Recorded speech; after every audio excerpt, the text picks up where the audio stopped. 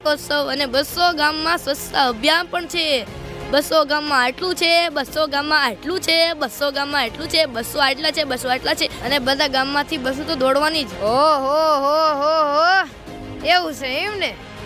તો બાકી જમાવટ થાય પણ એ બધું પીવા ગયું ત્યારે. પણ તું એ મને કે આ બધે બહે બહે બહે કેમ?